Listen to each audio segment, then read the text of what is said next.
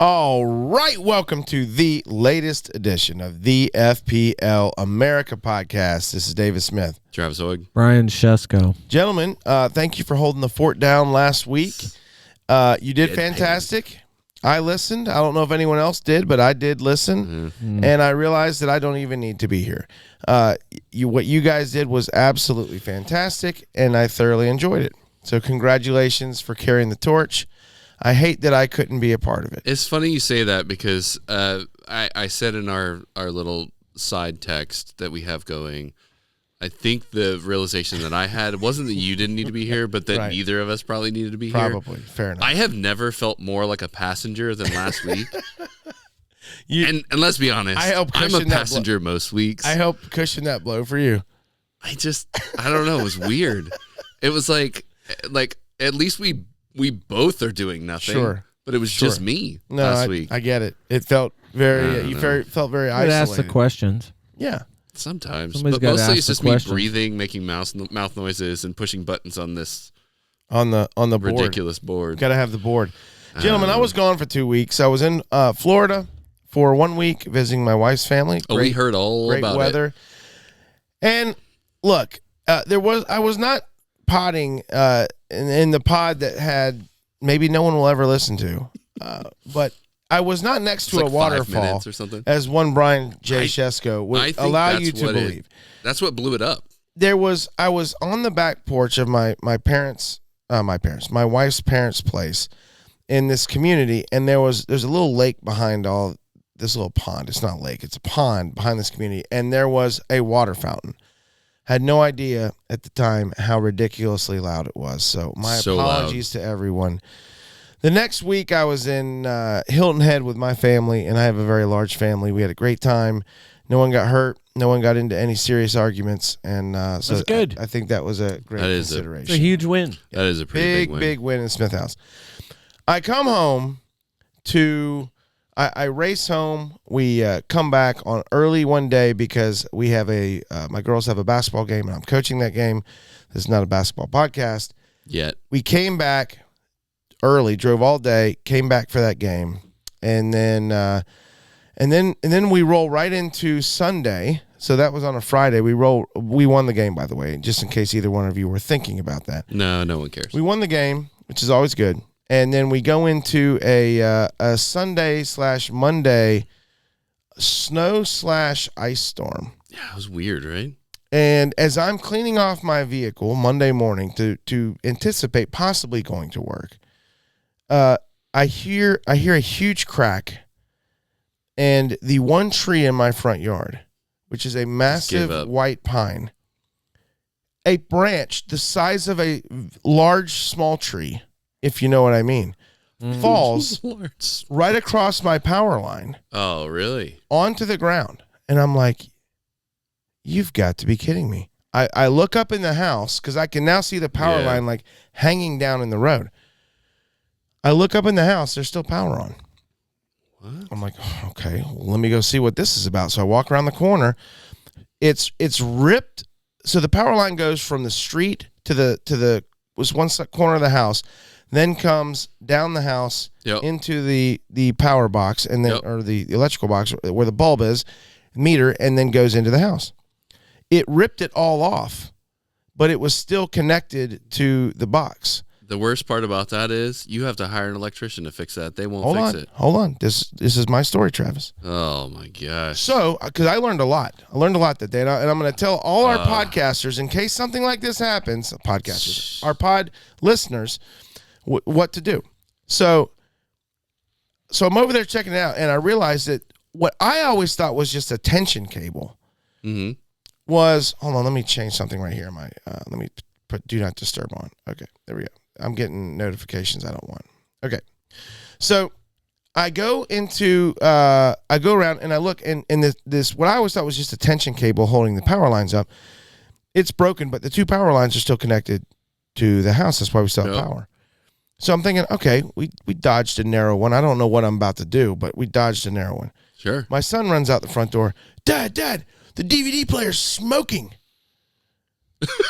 I'm like, oh, God, okay. There's a lot going on there. You still own a DVD player. Understood. Good for you. Yep.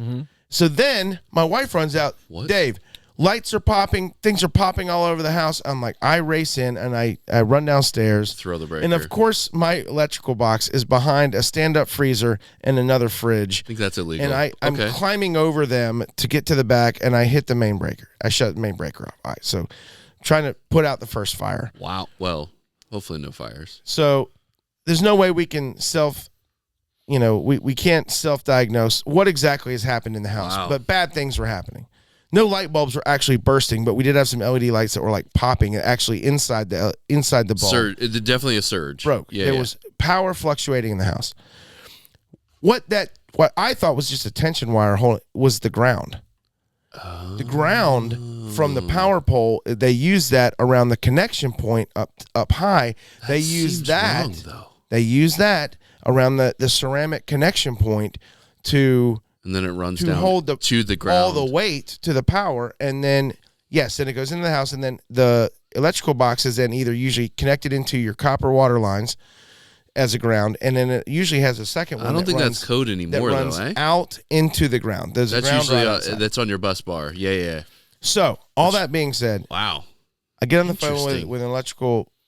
A master electrician buddy that I know. Start asking him some questions. We hang up the phone. I still don't really know what I'm going to do.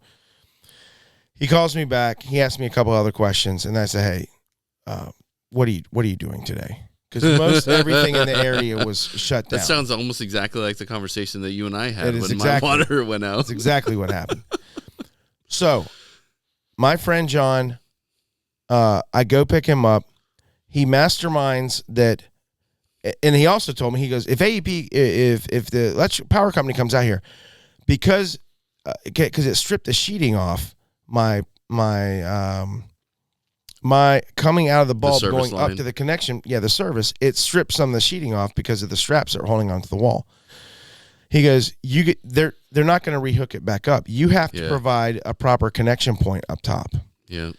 Anyway, so he masterminded this way. So we went and got a new electrical panel. And we disconnected the old one and then ran a new connection up. And then we ran out of the new box into the old box where the power was still running into. So we had it now set up. So when they did so in other words, it got us power back that day. Wow. Which was awesome. That's so strange. And then we had it set up for when they do show back up that they can connect it. Not to mention have they come back yet? Yeah. Okay, so you're so then good. the amazing thing was power truck showed up 2 days later in front of my house. My wife sees it. I'm gone at work. She goes out and talks to him and says, "Hey, you guys here to fix this power?" And they look and they're like, "You have power."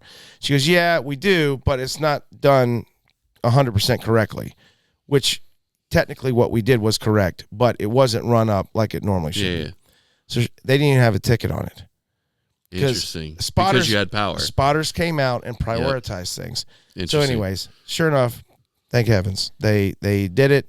They hooked it up. It took them like 30 minutes.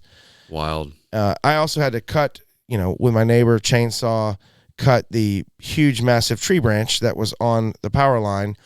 Not to mention, I had idiots keep driving by in the road, and I had like 4 traffic cones I put up in the road to try to stop people from going. So they wouldn't drive under it? One person drove right through one and just took one with him wherever he was going. He just left it underneath this car. So then to stop people from driving over the live power line that's still connected to my house, I literally went and parked my truck in the middle of the road to stop people from driving by. You're crazy. Yeah, and it did. It stopped every single person driven right through your driving truck. by. That's wild. Anyway, so that was how my week started. That's crazy. And no one cares about that because we're here to talk about soccer. I had the same situation, but did you see the one down in my front yard here? No, it's too dark when I pulled up. It hit the front fender of my truck. No. It was just little branches, so they broke. The truck didn't break, but there was a whole tree came down. It was like 4 inches from like destroying my truck. We wild. are so lucky that a huge wind didn't come because it would have absolutely wrecked things. It was wild. It was a little windy, but the ice, man, ice is devastating. Ice was bad. All right. Hopefully, no one else was dealing with that type of ice. Brian, you had power, didn't you? We did. Brian has a death tree in his yard. We have a 110-foot oak in our front yard that is that's marked for removal from the local power company, but it's still standing. It's still there. Our company came through the last 2 weeks and took like 30 trees out in our neighborhood. So I think that saved us. Man, I'm having trouble. Well, the bad part is like 3 days later, I'm in the bank, and the teller tells me that she and her family, she's got 3 kids. They're living in a hotel because they still didn't have power on at their house. So Yeah, it sucks. Yeah, it's first world problems, but it's rough when you're doing that. So, all right, we are here to not talk about my family problems and/or my week, but weather or the ice weather. trees. That's what we do when we get older. We talk about weather, Well, golf, I mean, I'm glad you figured girls it out. basketball. Though. That's right. That's you right. know, whatever anybody will fantasy listen American football. For That's sure. right. Yeah. Yeah. By Josh the way, Norman. Brian, what a story. We don't need to rehash. Yeah, what man. a story. That is a story of stories. Yeah, I would love to show people pictures. Come find me personally, and I can show you. Did you what send I was it in? talking about. No, I tell you never who did. would Matthew Berry would love to hear. Yeah, That's that's what why- he's talking about. Okay, Especially good. because it was Jaden Daniels related. Oh yeah, you're right. He would love that, and of course he's always good for a Not, great I mean, fantasy not story. like I have more. I mean, not like I need more reason to like that guy already. I mean, he's an amazing He is. player to watch. He I is. love him. Love watching He him. is absolutely amazing. But now forever, I get a championship, a fantasy championship. That is so tied great. to that guy. All right, we're here, Brian. What are we going to talk about? Well, it's game week 21, which means We are past the half the halfway. season is is over. gone. We are now Half season. officially into the second half of the season. We wanted to talk about, first of all, your wild card is active. Sure. Some people, you might even know them, Right. have activated Yeah. their wild card. Okay. I That's wanted important. I think it's worth it to just talk through, like, where are we at in the template team? Okay. Who are the actual best players through the first half Currently. of the season? Yeah. But who are the best players on form? Like I like I'm this. going to say we'll just say overall the last Yeah. 5 weeks of performance. Who are the players that are statistically crushing it, and also Currently. points by points? Really, what matters in the end is points, and then kind of what that does for your decision making, because everybody's kind of going in a like you'll hear the template team, and then you'll say, "Well, I'm not going that way." Right. Yeah.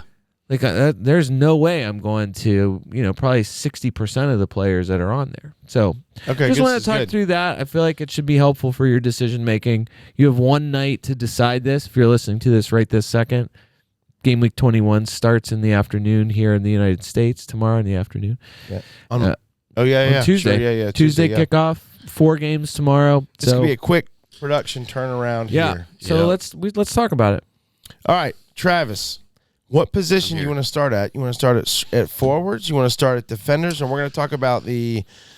We'll probably go over to the top 5 goalkeepers. Let's start from the back. I think we start from the back and go to the front. All right. Well, do you want me to let's- tell you the template? Well, and this is not, Okay. it's not on the list, but we just All want right. to hear who this is the most owned players. most owned players currently at this moment? 2 goalkeepers, 5 defenders, Yeah, 5 let's hear it. midfielders, 3 forwards.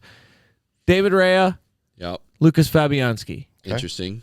So that's, Because he's still out, right? Fabianski back? is not triangled anymore, I don't think. But either way, it He's- wasn't a long-term, it was not a he's a long-term head issue injury, with right? him, yeah. Yeah. Defenders, Saliba and Gabriel, Trent, Anthony Robinson, Ola Aina Yep. has put himself in the top 5 Okay. by Wow. ownership. By ownership. Yeah. Clear. Salah, Palmer, no surprise. Mbumo, Yep. No surprise. He's Buemo. Morgan Boomo. Rogers, Luis Diaz. Wow. It's got to be He's dead the teams. 4th It's gotta be most dead teams. selected. Wow. And Travis, then that's not dead. Isak, Wood, Holland. Okay. So that's your template All right. by ownership. That is your template team as we sit here right And you this definitely Now, couldn't afford I don't. that. Yeah, I was gonna say. Yeah, Good you call. can't afford You that. cannot afford that. There's no way. But that's the top ownership Still at good. positions. Right. It's a good team. So now, like, where do you want to know? What positions do you want to know? Who are your top players? Where do you want to start? I want to do goalkeepers. I want to start from the back and go forward. All right, your top performing goalkeepers for the season so far. I got it. I'm looking at it. All right, Dave, go ahead. Read them Sells. down the line. Matt Sells. Sells. Sells is number If you, one. and I for will us. say this, Brian, we haven't addressed this on the pod yet, but if you got a crazy haircut, you could almost pass for him. Let me look at this. I'm just saying, a little bit. You got to take a lot off the sides, especially. You're right. You'd have to take more off the top. His hairline's a little bit further back. You get like a Croatia has one of the top. They've got one of the top defenders in the world here. His last name is Shesko. I mean, that's Well, I think it's Benjamin. He's a forward. Is it? Oh, I mean, defender, forward, whichever part of the same. But either way, He's a player. he plays. Yeah. He'll go back. He spells sometimes. it different though. He defends Right. corners. But it's still they still pronounce it basically the same. Yeah, way. Yeah. that's true. Who knows? Do you have I'm Croatian? just saying. Do you have Oh Croatian yeah, that's where heritage? my family's from. Oh, no joke. Wait, That's where are you related? Do you fly might the be. Croat flag? That's amazing. We should. No, most of my I hear like, Croatia is beautiful, honestly. my older I have heard older family members, like I have family members who've traveled there just Okay. to kind of go see Interesting. where like some Where of the my family's from. Motherland. That's some of amazing. my dad's like some of his family was from. I love it. All right. Sells, All right. Pickford, Raya, Onana, Sanchez is your top 5. I'm not sure it's worth going past that, but that's your Well, top. just on the names further down, Yeah, just that that seems so fine. many people have Flecken, and Right. Flecken is 7th. Right? So I mean, for all of the griping everybody's done about Brentford defensively, whatever, and how poor they've been, Flecken's still 7th for the season for goalkeepers. It's not somebody you're like thrilled about though. You're Right. probably more frustrated about. I think him. that's like I mean, we're at the half season point, and I think that's like the 20th time you said you don't want Flecken in your team. No, I don't. Like want you him. always say it with His such, current with such ownership is contempt. 9.2. No, I hate it. His current ownership is 9.2. So, 10% is but high. why? I'm just Just saying. because they've been so poor. Yeah. Because they're so obviously poor defensively, and 30% for Raya. I feel like that's outrageous. I feel like that is one of the That's more outrageous. shocking to me. Like Yeah. Luis Diaz being a top 5 selected Agree. midfielder is a Raya, little shocking that is to me. completely So weird. shocking. All right. So that's Especially cool. because when it comes to total points, Raya, I guess Raya's 3rd, but Pickford and Sells are ahead of him. Yeah. So Interesting. Does that do anything for you? No. is Okay. that affecting your? Oh, we're not getting. Well, that's what I knew already. Okay, So all right. I think we're All right. good. No, Where I think it's good. next? Defenders. You want to go back? We're going back to front. What are we, crazy? We go in order, Brian. All right. Yeah. Well, number 1 overall. Ola Aina, and it's not Ola close. He is Aina. 12 points ahead of Gabriel. It's weird too, right? Well, look, this is the one thing we can say about Forest's defense, and we probably haven't given them enough run. We've talked about Aina. We've talked. It's not Mikolenko. It's Milenkovic. It's Milenkovic. We've talked about And Murillo. him and Murillo. So I just don't feel like we've said, hey, statistically, and maybe you have, Brian, they are the best. They should be. Okay, I'll say this. People score 1 goal on them. If they score a goal, they score 1. It doesn't seem like they score many more than 1. We have talked. And they've been having a lot of clean sheets. We've talked regularly about how very good the Nottingham Forest defense has been all season long, and there periodically we've come back to like, hey, if you want one of these guys, I mean, I'll say it again. Obviously, by points, I'm dead wrong, but it's not that big of a gap, especially if you look at the last few weeks. Once we get to form, you'll get to see it a little bit better. But just that Ola Aina has 2 goals this season And in that the bumps him up. most inexplicable fashion. You cannot take the goals away. The ball went in the net and it worked and it counted. So the goals are obviously his goals. I'm just saying on the Sure. rest of the statistics for him, it's 2 shots on target and 2 goals for a guy who doesn't shoot. Which I'm So, not whatever. I'm not He- arguing against. But the Nottingham Forest defense still, has as been a fantastic. defender, That's it. Sells as your top goalkeeper. Aina is your number 1 defender right now. Travis, real quickly, going and we're not. This is not really in the lineup of schedule here to discuss. Is this a concern with them having a home game against Liverpool this week? No. No. They won the reverse fixture. Why would I care about this one? And Forrest has had 4 clean sheets in a row. And last season, what was the final score of the Nottingham Forest game that Liverpool won? You obviously know. I don't It was remember. 1-0, and they scored the goal on a bad giveaway in the last kick at the very end of stoppage time. That one. Yeah. Darwin. And it wasn't even a kick. It was like a glancing header or whatever. But it was a game that definitely was close. Was extremely close. Nottingham Forest had their own chances. Yeah. And Liverpool had to squeak a win out of that one. All of that to say, your top goalkeeper and 3 of your top 6 defenders are Nottingham Forest players. Wow. Down the list, Milinkovic. 2 is Gabriel. So Gabriel's attacking returns are still keeping him up there, not the recent defensive form of Arsenal Football Club. That's correct. Trent Alexander-Arnold, for all of your hate, Dave, he still sits there in 3rd place for defender scoring for the season. Yes. Ina, 5'2", and Milinkovic. Milinkovic? Not Milinkovic. It's Milinkovic is tied with him, right? And he's a 4'8", right? Along with Lewis Hall, who is 4 points behind him at a 4'9". Lewis Hall, an unbelievable pickup. I'm sad that I ever dropped him. We can talk about him in a second. Is he not back in your team? No, I've had him for a while. Oh, okay. I'm saying I had him early on. You had him from the beginning, didn't you? Early on, yeah, with the hope that he was going to nail down the spot, and then he got benched like in week 2, and then he got benched again in week 3, and I think everyone kind of, at least for me, not ran everybody. away. I bailed on him, and then he got the starting job back like 2 weeks later, and hasn't given it up since. Murillo there in 6th. Milos Kerkez in 7th. Virgil van Dijk 8. William Saliba 9, and Gvardiol all the way down in 10th for defender scoring. Does that do anything for you? It tells me that he has had a crazy season, even though City sucks, especially defensively. I wish I wish they were better. I probably never would have gotten rid of him. I think he's still really good, but whatever. I think he's viable, more viable now than he was. Well, let's think about this real quick. I want to throw this out there. City, over the last 4 or 5 years, is typically the best team in the second half. Yeah, they do tend to. I don't know if that carries over this year. Yeah. Rodrigo's still not walking through the Rodrigo's doors. not coming back. I think they spend pretty well. It sounds like they're already working out a deal for a center back right now. So I think they spend pretty well, and they bounce back. There aren't many people, I think I've said this before, that come right into the City team and just produce. I don't think they're going to have a choice, in though. Pep's system. Yeah, I don't think that's absolutely correct. So, anyways, all right, defenders. Midfielders. Travis. Only a couple surprises, I think, for the top 10 midfielders for scoring. Salah, obviously, number 1. Cole Palmer, no surprise at number 2. Bumo, number 3, which is a little surprising to me.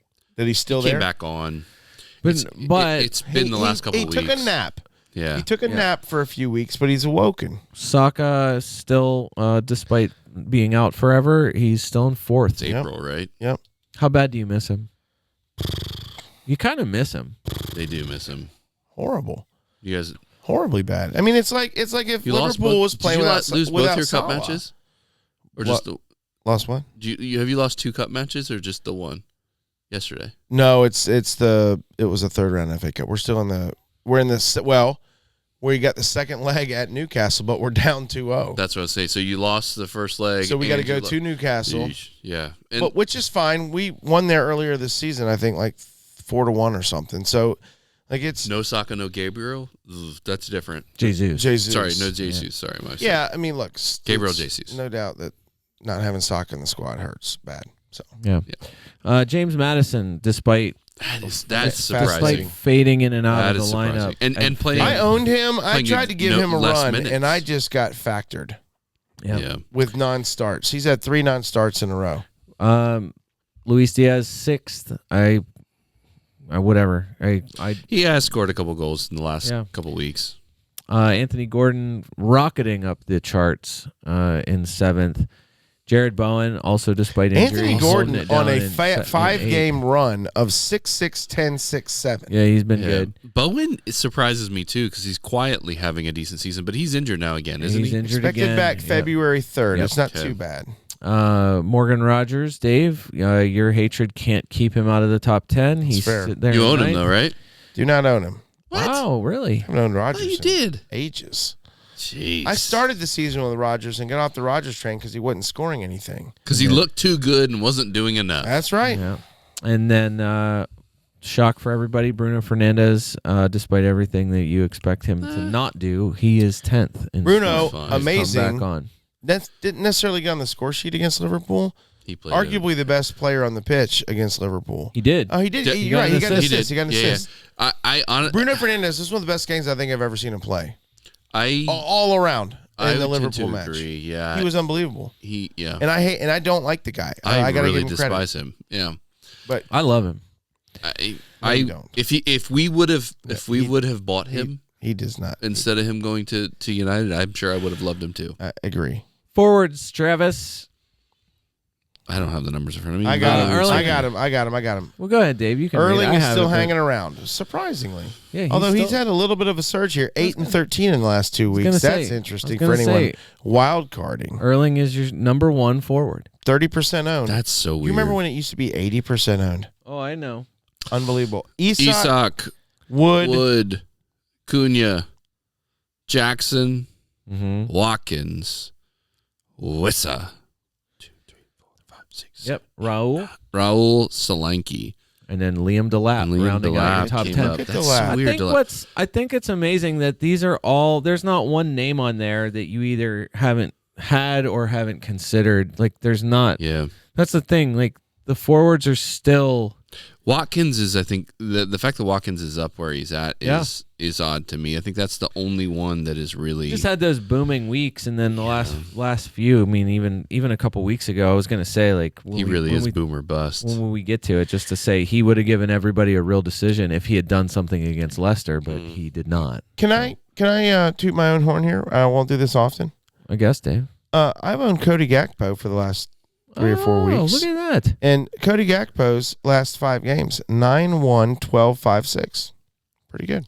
Yeah, he's been fantastic. What do you think about that, Travis? We talked about him love without that you guy. last week, and I really you like could have him. told us that last week if you were here. So, I could have. all right, so Sure, I'm that's your actual top. That's not bad. Those are the Scoring real points. Half-season heroes. Right, those are the actual top All right. scorers at each position. Now, look, you're on your wild card, Travis. We're not How'd there you yet. know that? But before we talk about your wild card, what we do need to talk about is just that in the top, like for the last 5 game weeks, the top scoring players, the players who are forcing everyone to rethink everything, are not necessarily those guys. Okay. Yeah. So we're looking at form. I'm picking. Form guys. I know the unless- form. I think the way the FPL site if you sort the list by form, I'm pretty Right. sure it's 4 game weeks. Okay. I don't care. I feel like 5 is better. I like the round, I agree. the more middling 5, 10, whatever. I like that number right. better. All right. So we start in the back. You want to start in the back Start again? in the back again. All right. Well, Travis in the back sells. Part of the reason why he's your number 1 overall scoring goalkeeper is that in the last 5 weeks, Matt Sells is your number 1 form goalkeeper, 32 points in the last 5 That's game weeks. crazy. Golly, I wish I had him. Yeah, that's the one good thing I've done this season is have Matt Sells. Jordan Pickford helped a lot by the penalty save against Manchester City. Because otherwise, Yep, he had a 9. Otherwise, it's a 2-1 loss, conceding 2, and you're not getting Correct. his Huge score. save. That's the fact that he's got 29 points in the last 5 game weeks is, I mean, that's helped a lot by that. Yeah. I was gonna say you could even go back 6. It's match week 14. It was 6, 8, 7, 9, 1, 4. Those are Right. Pickford's numbers. Right. So either way, I feel like I've seen it a lot from people. Just the feeling like, just put Pickford in your team at the start of the season. Which I did. I went off of him, and now I'm back. They to were him. so bad there for I a know. bit. Then they got really good for no reason. Everton's never going to be they're at the bottom. Yeah. And there's no sense Hey, that they're they going can be mid-table again. Moise is coming back. We will talk about that. We'll get there. Either way, the feeling that Pickford could be the truest set and forget. The reason why I'm saying that is just that he's not going to be Yep. ever very expensive. So maybe he gets to 5.5. I don't know, but whatever. Currently That's expensive for a goalkeeper. He's though. currently at 4.9. He must have dropped tonight. Right. I don't think so. Okay. I'm just saying he didn't start at 4.5. Right. Correct. Like he's not. He just Right. doesn't seem like He a goalkeeper that's ever going to be the premium. He's not going to be Allison or. But he Ederson always or ends whatever. up in the top 3 to 4, maybe even 1 goalkeepers. Martin Dubravka third. Surprising. Entirely, it's 27 points in the last 5 weeks for him. Good job, Dubravka, filling in for Nick Pope, who I think is training. Dubravka, I want to mention this. I think he is. I heard you on the pod last week. I got some intel. I think he is moving. Okay. I think he is transferring to the Saudi League in this January window. Okay. So just wanted to throw that out there. Who's their third keeper? Making the big bucks. If you go to Dubravka, don't. No, Don't. I think there was always the feeling with him, no matter what. It's not like he's never going to win the spot over. Like he's not ever going to take the spot from Pope. So I think for sure. So no matter what, it was a fill-in position, and Pope's injury was never serious enough. Pope is close enough to coming back, but Right. it could be a John Ruddy or it could be Odysseus. Odysseus Vladimir. Yeah, manager, and this is Premier Injuries has the quick note on him from You butchered his name. from a few days Vlad. ago. That Good. Pope That's hasn't close. trained. Pope hasn't trained with the group. It's because we haven't had a large number of training days lately. He just needs a bit longer until he's strong enough to play. Projected return date of January 18th. So that's pretty close. So yeah, whatever. Again, I think Dubravka's out on his way being sold. Jose, I'd love to see John Ruddy and back on the pitch. I always enjoyed watching him play. Jose Sa coming Very in. much. He's just a fellow bald. He's an old school goalkeeper that goes out fist flying, and he's always bleeding at the end of a match. I love that. I love that about him. Jose Sa coming in fourth, 22 points in the last 4 or 5 game weeks. 3 good performances in a row before Wolves conceded 3 to Nottingham Forest last week. Schedule is still terrible though, and they're still terrible. Yep. So I have no idea why you'd go there except that he's 4.3. And then rounding out the top 5 in form Kepa is Kepa with a Balaga. Kepa Arrizabalaga. That's perfect. Kepa Arrizabalaga. Bournemouth, a top 5-ish overall defense by at least by nuts. Ew, wow, XG. get it. There you go. Do you want me to do your thing? Try it. I was gonna say, especially by expected goals against. Sure. They've been extremely good. Yeah. So they're no pushover at the very least. All right. I that love when form, I other had, than Sells. I had him in my team at one point. I liked. Did you? Yeah, I like their defense. They had a few good matchups in a row. I wasted a defender transfer on Kepa. Their defense has been good. He would have been one of my wild card defenders in game week 6. Okay. Very good. Defender? You would have put him I mean, wild card goalkeeper. You know what he means. Man. Hey, it's getting worse. He's getting old. It's true. It happens He needs to all us. of us. He needs us to sharpen him. Defensively, all of us. actual defenders, not goalkeepers playing as defenders. No surprise, Lewis Hall, who is going into more and more teams. Lewis Hall, your number 1 form defender, 42 points in the last 5 game weeks, 3 assists, just tied for most of any defender from 9 chances created, which is tied. Hold on. Are we looking at the same form list? Yeah, I'm looking at Ina still. No, I'm not looking at form. I'm saying the last 5 game weeks. Okay. So I'm saying based on form on the Premier League site, they go, I think, last 4 games. All right. You're going one more. I'm going 5 games just to give you that little bit extra context. Okay. Because you're better than that. Because I'm better than the FPL website. We always like the 5-game window. One more reason why we can just sit here and read what everyone else can have, or we could use what Brian has brought to us. Lewis Hall has 9 chances created in the last 5 games, which is tied for second most of all defenders. But more importantly, 18 touches in the opposition box for Lewis Hall in the last 5 game weeks. Number 1 defensively. You also there's 2 guys in the defender list that aren't on. It's crazy that Bournemouth has 2 players in the top 10 in form right now. Am I reading that correct? You are. Well, Ola Aina. So, Dave, Ola Aina is second on form, 37 points in the last 5. And then Milenkovic and Housen. Milenkovic from Nottingham Forest and Housen from Bournemouth tied. I like Housen. I think Housen's tied on 33 points in the last 5 game weeks. I don't think Housen... Brian, I would need to bring back an old segment, how to say with that kid's name. You were going to say Hoysen. Hoysen. His first name's really easy. It's Dean. Greg. Oh, Dean. Greg. Even I can produce that name. Greg. Dean. That kid, I think he's 18 years old. He will not be at Bournemouth long. Yeah. Some larger club is going to snap 100%. him up. No, he scored. He is 100%. He scored at least twice. He is a stud. Silky. He's been great. He's a stud. I agree with that. And he's been, playing since match week 14, and he is an absolute great. stud. He's filling in for Senesi. Senesi is out long term.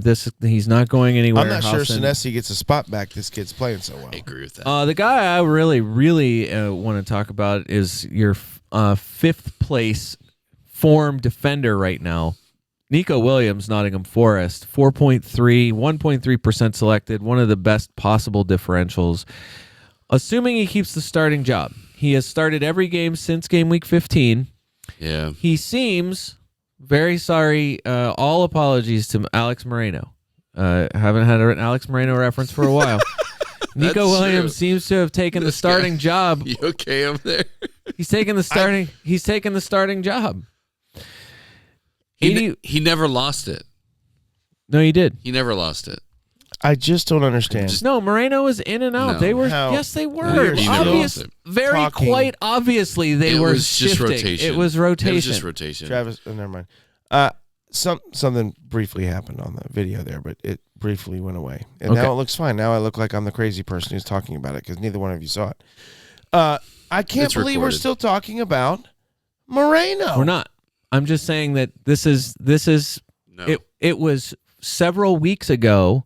You could find the articles from Nottingham Forest saying that Nico Williams' performances were so good that they were probably just going to stick with him, and that is the case. Agree. Until they have to rotate again. They're not going to rotate again, I don't think. They might rotate again. But either way, Nico Williams, 6 shots in the last 5 game weeks, tied for second. Only Gvardiol has more than he does. Gvardiol's got 7 shots. Nico doesn't do really anything else attacking-wise. He's created 1 chance. He doesn't get in the box a whole lot, like 4 touches in the box. Byline across. Byline across. You are buying the Nottingham Forest. It's kind of the same with the Nottingham Forest midfielders when we get there. You're buying the Nottingham Forest experience at this point. You're buying a team that is on. They're fighting for a top 4 spot. Right. They're in the ascendancy, and the vibes are good. So I was talking about this with Brother Matt the other day. Nottingham Forest is doing their best. I'm not saying they're going to win the title, but they could. Look, when Leicester won the title, they didn't have any major injuries, and Nottingham Forest is continuing on that path. They're not having any injuries. Great system. They are tough. They got a great manager. And they are tough, man. They are tough every single time they step on that pitch. Yeah. Chris Wood. And their defense. And you can ride behind their defense. Chris Wood needs 1 chance to score a goal and they win 1-0. Yeah. Chris Wood, slower than Jamie Vardy, but whatever. They've got the fortitude of Greek gangsters. Kirkez in 6th. Kirkez 27 points in the last 5 game weeks. Dan Byrne, thanks to a goal recently, Dan Byrne cracks the top 10 defenders in form. That makes no sense. 5-week form. Well, Lewis Hall made it. Yeah, but Newcastle's Dan Byrne has been. Anyways, pedestrian. Newcastle's had multiple clean sheets in a row here. Chalobah and Tyrick Mitchell tied with 25 points. They get into the 8th and 9th spots, and then Murillo, he missed a game, but he is 10th, 24 points in the last 5 game weeks. So that's the thing. All 4 of these starting Nottingham Forest defense are in the form. They are all top form players. This is what I'm saying though. Like even in the last 5 game weeks, the difference between Aina and Milenkovic is 4 points, and one of those game weeks, Aina scored a goal. Like I insist that there is nothing between these guys by the numbers. Yeah. Okay. I'm saying that Aina's distance comes from the most inexplicable Goals. Gotcha. And then Murillo this last week was a 9. He's your top scoring Nottingham Forest defender. Right. In a week where, the other guys are just going to get you a basic 6. So I'm just saying, like, it's not impossible for any of them to be the guy any week. But whatever. I don't, really it's just price. Ina's price keeps going up. You're not confident at all in your team. You think Liverpool's going to lose to Nottingham Forest. I think they're going to play him tough. I think they're going to play him tough. But I'm just they saying. played everybody tough. No, I'm saying Nottingham Forest is going to play them tough. That's what I'm talking about. Do you have which play Nottingham everyone Forest defender do you have in your team on your wild card? Ina. Okay. Yeah. Sure. Are you starting him this week? Yes. Wow. All right. Watch him score a brace. I mean, that's interesting. Yeah. We'll talk about it next segment. All right. Midfielders. Midfielders, your top 5. You ready for this? Well, can I go? Yeah, go and ahead. then you tell me when, because I'm looking at the Premier League site. Okay, right. Go ahead. You're gonna have to correct me because it might not be right. That's pretty close, though. I'm sure Mo I Salah. would guess. Mo Salah. Salah's number 1. Okay. Right. Bumo number 2. Yeah, got to be. Actually, right? in the last 5 Gordon. weeks, Bumo and Jacob Murphy are tied for the second most. They are tied on 40 points in the last 5 game weeks. Wow, that's Murphy. Jacob Murphy, and what's crazy is their numbers. They're so similar. Hold on. If you go back 6 weeks, Murphy had a 7 before that 13. Murphy's last 6 weeks, 7, 13, 13, 6, 3, 5. That's why I'm saying, like, Jacob Murphy has been on this he's been on this unbelievable run, and I'm saying, like, it is unbelievable. That is exactly the word. But unbelievable. But I'm saying 5 weeks though, everyone is trying to put Buemo back into their team. Yeah. I'm not sure that anyone feels the same way about Jacob Murphy, and then you look and you're like, Jacob Murphy's actually equaling, depending on how you look at the numbers. Murphy's ownership 5.8. Right. That's criminal. But also, it's because the run's unbelievable. In the last 5 game weeks, Bumo's got 4 goals and an assist. Jacob Murphy's got 3 goals and 3 assists. Wow. So 5 returns for Bumo, 6 returns for Murphy. They've each attempted 10 shots. I can't believe Murphy's numbers are that good. It's so weird. Bumo's got 7 shots on target, which is for 10 shots, 7 on target. Clinical. I love it. Oh man, Arsenal would kill for anyone who could do that. Jacob Murphy, 3 shots on target, 3 goals, 3 shots on target. That's Aubameyang stats. My favorite. I know. My second favorite. Clinical. # clinical. Similarly creative. Bumo's created 11 chances. Murphy's created 10. Jacob Murphy's created 6 big chances. Bumo's created 3. Oh.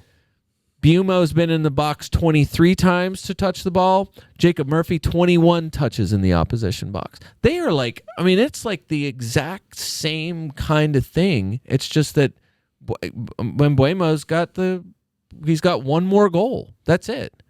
Like, Jacob Murphy has, I don't know what to do with it though. The way you're describing this is this like a single white female situation where Jacob Murphy is trying to become?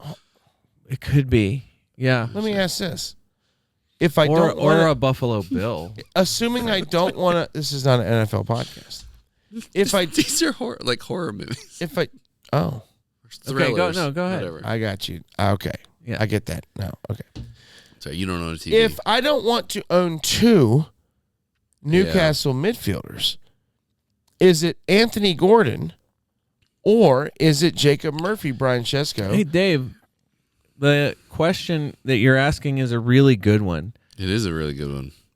It's because one that I Anthony care about. Gordon, actually in the last 5 game weeks, Anthony Gordon, with all of his, because that's 5 good performances from Anthony Gordon in those 5 game weeks. Anthony Gordon, 6, 6, 10, 6, 7. I can tell you that's 35 points, which is good enough. Which is good enough for the 5th most informed midfielder, 5 points behind Jacob Murphy.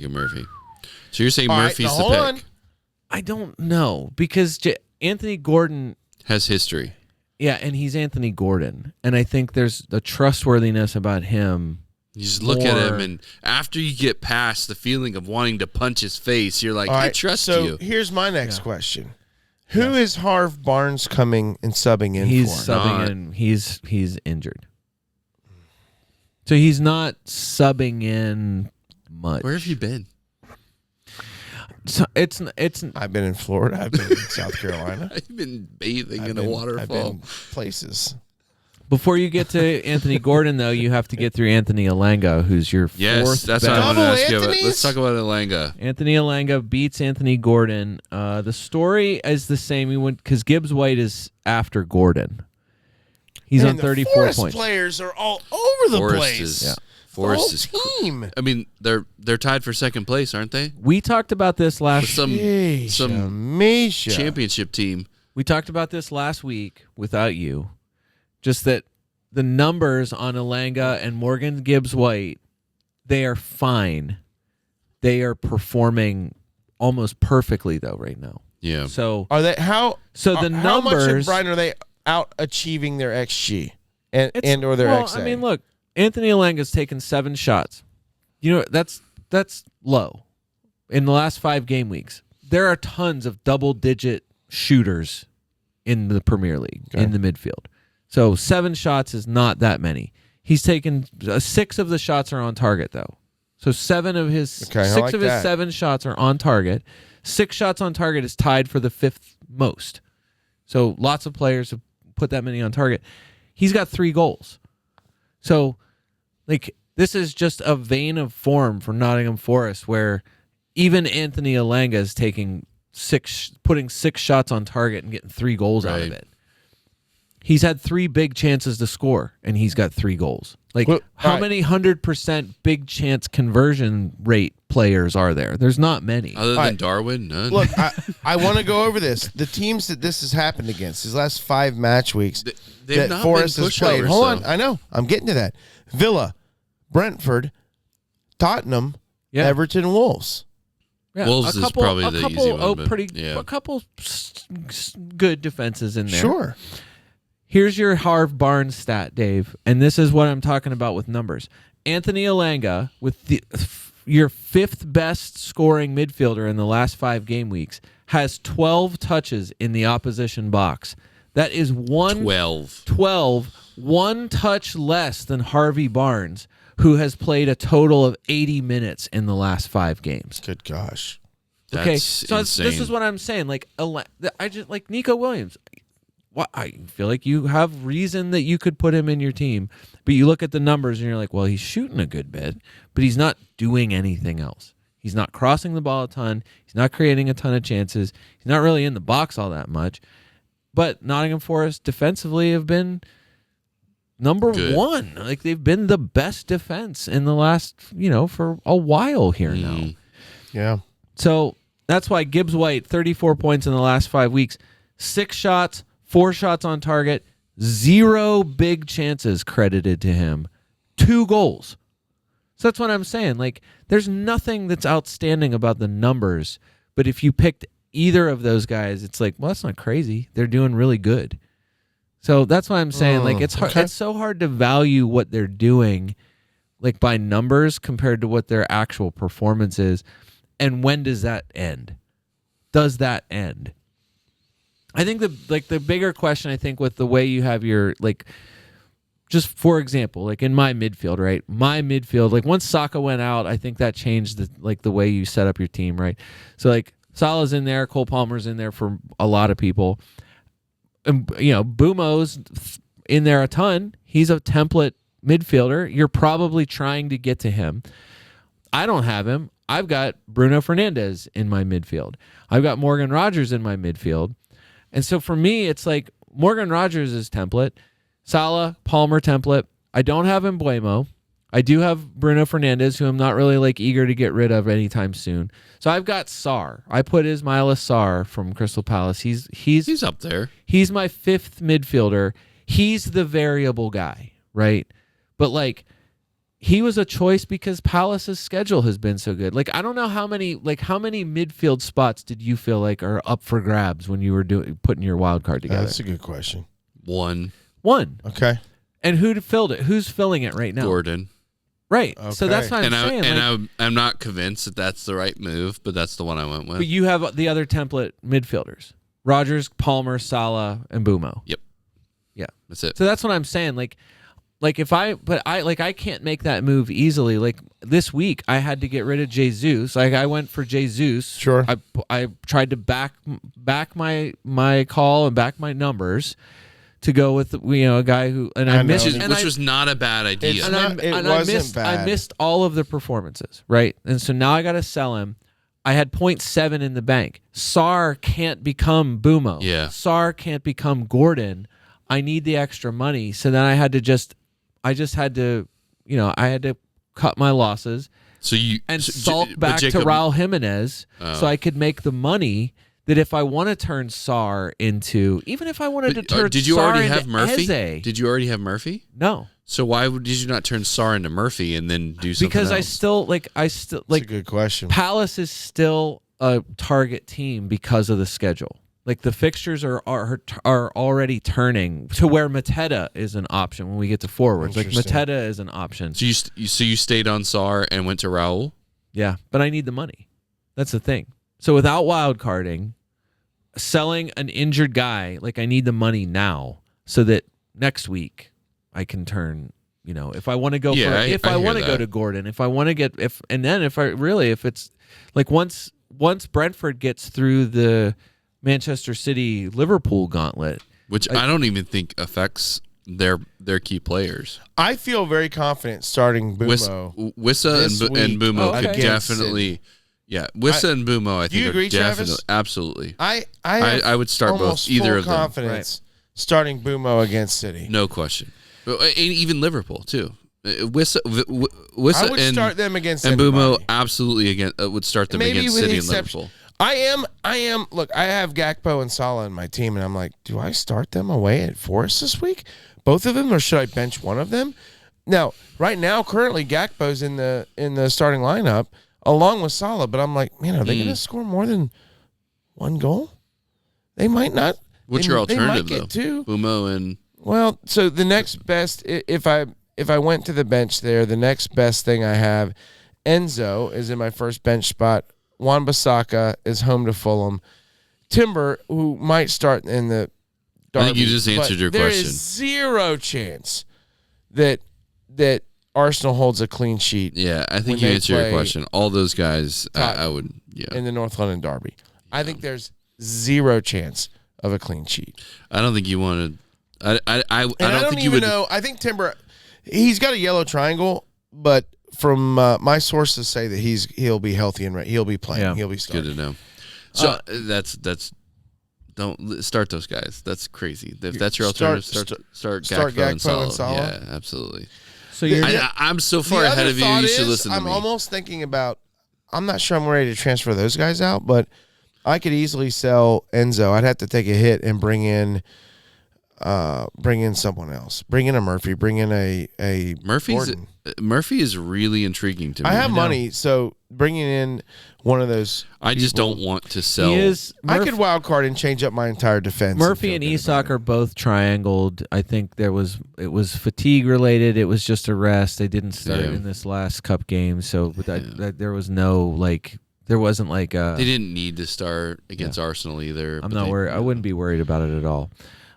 Your next form guy, and kind of rounding out the top 10 here, which is I feel this is exactly where I think the difficulty is. Callister. Savino. From Manchester City. He has been interestingly productive. 32 points in the last 5 game weeks. Yeah. That's 6.5. Well, most of that being the last 2. Right. 3 straight starts, which I think is the tough part of that. Right. Hat trick of assists. Hauls in the last 2 games. Yeah. The price is tempting. I think the attacking schedule. Why is the price good. tempting? 6.5. 6.5 is not I just think awesome tempting, given the fact that you can pick up Langa or 6.5 is tempting for a Manchester City starter. So assuming if there's any ascendancy for Manchester City, that's if there's any kind of bump or turnaround or whatever, you get the Kyle Walker cancer out of your team here. Now that it's known here, no, you're not starting him. Who's gonna buy him? Brian, I'll say this: if I was wild carding, but I'm not at the moment. But if I was, 3 Forest players would be in my team. Yeah. Travis. I have 3 Forest players. I wanted Forest players. I had to pick 3. Yeah. So I should have. I didn't bookmark it or like it, but it was somebody hilarious. Yet again, you don't have your source? Oh, you my can't gosh. give credit to us X. So if I can't give credit to the actual source, I don't think you should say it. That's my preferred thing. I just want it to be clear that it's not my original idea. Fair. I am at least citing, Sure. even Agree. if it's citing anonymous. I'm so disappointed. I just want there to be a citation. I'm not It's either stealing Robert it. Frost or Right. Anonymous. I'm not trying to pass this off as Right. my own thought. Got it. That's the point of Makes doing sense. I get it. I'm very. I want the that's- intellectual honesty. That's is right. The important. We thing strive for that on this podcast. All right, let's hear it. Just that somebody said that it was hilarious that Kyle Walker turned down an offer to play in the Saudi league because he Googled the punishments for adultery. Yeah, but you're It's like allowed 100 lashes. Yeah, but you're and there's allowed 10 alcohol. lives. It's like, it's Yeah. wild. It is a dry country, but there's ways. It's So wild. And I know anyway. this because my dad lived there for 7 years. Anyway, I've been there. I'm just saying that The original Ronaldo. I've been Dr. to Saudi. Smith. I've The been to original Ronaldo. Brentford Man. can be very good attacking wise. Defensively, they're not. And so Manchester City going to Brentford, that's not like that's good for them. Going to Ipswich the week after that, good for them. And then Yeah. home against Chelsea. If you want to play Chelsea, you want to play them in the Etihad. So I think the next three work. So you didn't put Holland back in, right? I didn't. Okay. That was That- the big. now That was the that's big move. a little interesting. Yeah, Just that's saying, a big move. He's kind of hot over the last couple weeks. yeah, I didn't A like guy it. that's going to be an honorable mention. We can talk about it at some point. But Foden's on like near. He's not. Yeah, he's not creeping far off up. the list. He's getting. He looks like a fire has been lit underneath of him, like it Yeah. wasn't lit before. So Savinho, last 5 games, 11 shots, 5 shots on target. Both are tied for third among midfielders. He's got 25 touches in the opposition box in the last 5 game weeks, which is second only to Salah. And I don't know if you heard me, he only started the last 3 games. Like Wow. you've seen Savinho, you've watched him, like we've talked about it. Everybody's talked about him at some point, but in the last, he's finally kind of put it together 3 straight games here where it's like, oh man, that's really good. Sarr is on 31 points. A lot of that was the first 3 of the last 5 games. Yeah. It's not the last 2 so much.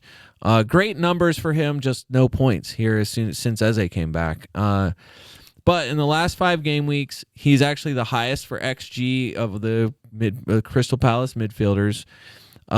He's only 0.03 off of Mateta, so he's 2.01 XG. Mateta's 2.04. 14 shots, which is 5th among midfielders, just trailing Eze by a shot. He's got 8 shots on target. Eze's only got 5 in the last 5 game weeks. He's got 11 shots in the box in the last 5 game weeks. Eze's got 8. I'm just like, as a comparison here, like Eze's been amazing the last 2 weeks, but Sarr has had the performances. Yeah. It's a front 3. It's Yeah. Eze, Sarr, and Mateta. Sarr's their Munoz, runner. And Munoz. Yeah, Sarr is their runner. right. So whenever the ball comes out, he's the guy that's chasing it down. So he's either going to get an assist or a goal if they're going to convert. Sarr, Right? 5 Yeah. big chances in the last 5 game Yeah. weeks, which is tied for second most of all midfielders. And I'm like, you can't get one. Like, well, you can get them after I bring you in my team. It's Okay. great. But either way, Sarr's in there. Morgan Rogers, 29 points, and then Palmer and McAllister. Your guy, I was surprised to see him in there at all. 28 Yeah. points for Alexis McAllister in the last 5 game weeks, tied with Cole Palmer. And Does that matter at all? really, for McAllister, you could go back to the last It's 4 all- because he had a yeah. 0. He didn't even play in the last 5 Right. match weeks. He was. I think he was. So it's a 7, 8, 3, and 10 in the last 4 match weeks. He was suspended for that match. Yeah, he's fine. Not, fine. but not a. You're, I'm not- Not wasting. It's all wasting service. a spot, right? It's all service. Yeah. Right. So as Gakpo starts to score, who's he getting the ball from? McAllister, right? As Salo continues his ascendancy, who's he getting the ball from? McAllister. So Gravenberch or yeah, but McAllister's got more of the assists. Szoboszlai's than- about to be back, right? Yeah, illness has kept him out. So yeah, that's a good one. The honorable mention names, I'll just run through them quick. It's just that Eze has crushed the Okay. last 3 game weeks. He loves Eze. I hope you're I going to do say love the Eze. guy that I wanted to give an I like honorable mention Booker to. T. All right, so Eze. I'm saying the last 3 game Booker weeks. Foden T is was one. amazing. Last 3 game weeks, Eze has taken 14 shots. Only Mo Salah has taken more in the last 3 game weeks. That's big. So I'm just picking. All right, so I'm just picking Eze. at it. Eze, Foden returns in 3 of the last 4 for Phil Foden. Bonus points in 3 of those 4. He's taken 15 shots in the last 5 game weeks, which is 4th best for midfielders. And he's created 13 chances, which is really good. So that's big. He's back to what he was doing before. That's good. High shot volume and tons of chance creation. I like that. Semenyo still taking a ton of shots. Nope. And That's not the guy I was looking for. I'm just saying that Evan Nielsen, I was going to say, it's just that Evan Nielsen and Enes Unal are both injured long term, so I don't know if that's going to, I don't know who benefits the most here. Semenyo is already basically their striker anyway, but whatever. He's still 20 shots, 10 on target. Only Salah is out shooting him. It's been like that it's all hard to season. go that route. And he's one of the 5 big chance guys. So Salah's got the really most big chances surprising. of the last 5 game weeks. 8 big chances for Salah, and then Gordon, Ismail Assar, and Semenyo 5 big chances. Surprising. They're tied for second. That's really surprising. Last was Harry Wilson. That's who I wanted to hear. Harry Wilson on a heater. 3 straight returns Very for much him. so. I think it's performances. Do the performances equal more minutes? I think that's the only concern with Harry Wilson, is that he was off the bench and performing well, and off the bench and performing well, and then off the bench and doing nothing and whatever. And then in the last 3 straight returns, started. I think he started the last 2. I'm pretty sure one of those 3. No, 2. It's just the Right, last I was two. going to say. I thought 2. 3 weeks ago he came off the bench and scored again. He started the last 4 of 5. Right. So 17 shots in the last 5 game weeks. Again, Excellent. tied for 3rd most with Cole Palmer. Also 17 shots in the last 5 game weeks. I mean, the issue is who's playing in his place. It's Pereira and Kearney, who just aren't doing anything, right? Well, Pereira's job is not. It is a Neither shift. one I of their agree. jobs That's is fair. that. That's absolutely fair. So all that to say, Yeah. All right. So Harry Wilson, at least, I know it's not a form for the last 5 game weeks, but whatever. Harry Wilson, 3 straight returns. So I feel like I like that. He's good. He's a huge differential though. big. Yeah, and you're gonna have to contend with ownership is minutes. at 0.9. Yeah. And as it should be probably. Travis, Let's talk forwards. let's get to forwards. No surprise, Isak number 1. Yeah. Last 5 game weeks, 50 points. There's nothing really to say more about him. He's the best striker in the Premier League. I think you're probably right. Yeah, I agree. most clinical for sure. Last 5 game weeks. Gabriel Jesus tied with Cody Gakpo. All right. 33 points for each of them in the last 5 game weeks. There's my boy Gakpo. Nice. Yeah. That's good. Matheus Cunha still in the top 4. Even with I got with the him in the top the 5. band. That's good. 31 points in the last 5 Nice. game weeks. Dominic Solanke, 27 points in the last 5 game weeks. Chris Wood, Raul Jimenez tied with 26 points in the last 5 game weeks. Erling Haaland. Never heard of him. Who? Back in the top 10, just like we all predicted, 25 points in the last 5 games. At a severe cost to myself. Joao Pedro, 24 points, and Liam Delap rounds out your top 10. Look at 22 Delap. points in the last 5 game Look weeks at for the him. lap. Mainly the last 2 match weeks against It's Chelsea been- and Fulham. Liam And it's Delap. Yeah. been penalties too. So I guess so. Now that's your All right. form rundown. There are I don't really think that most of the other forwards To that you do. could throw in there. There's not really much else. We didn't say Mateta, but everyone's going there. Not everyone.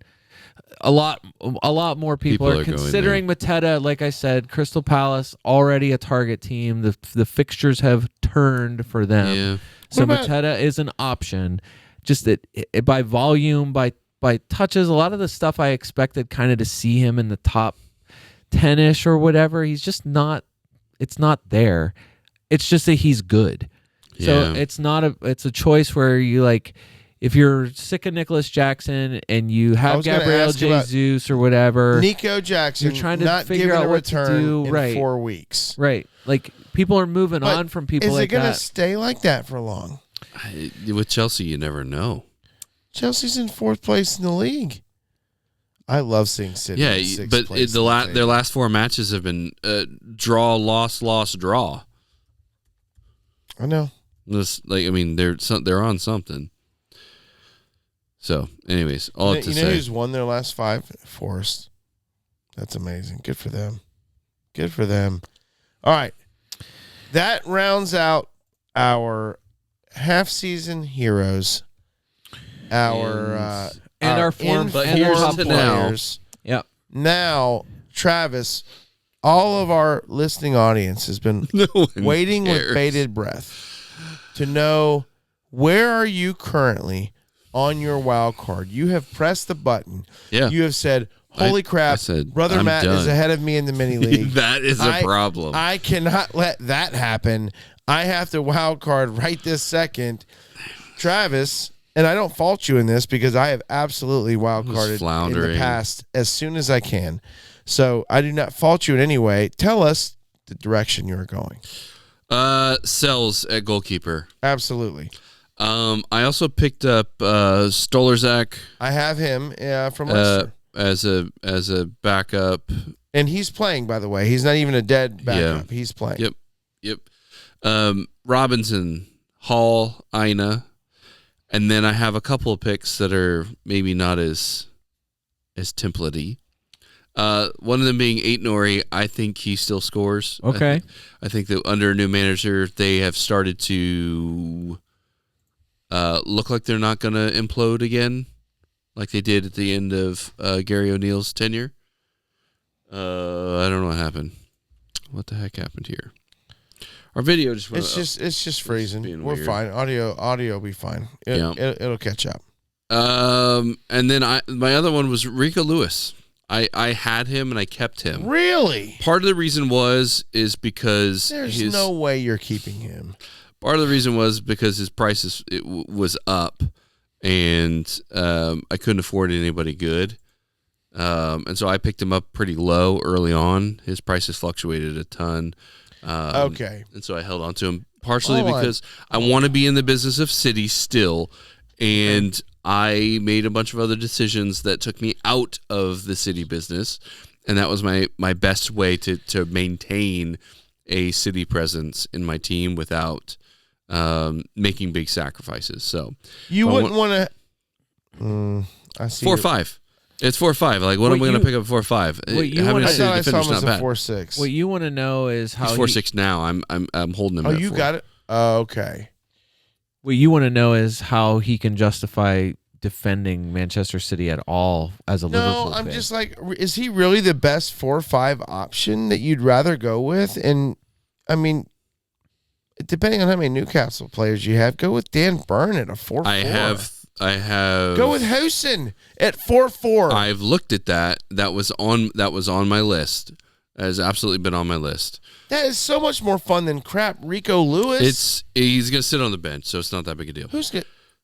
Lewis. At some point, you're gonna need a bench boost. Yeah. You can take Hosen in your team and take him for the rest of the season and feel confident in it. Put Castagna in there for the rest of the season. I don't hate the Hosen or the Castagna.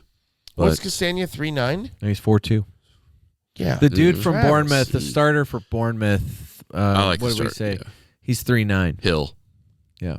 Hill was in my team at one point too. I didn't need to find money, so I was going with, again, I like the idea of having somebody in the City. All right. Am I going to sit there? Screw City. Maybe not. I didn't say I like House, and I like Hill. I like both those picks, actually, and I like Castagna as well. But I think I like right, so House and best. Redo them again. So you have Robinson, Lewis, Hall, Ina, Aït-Nouri.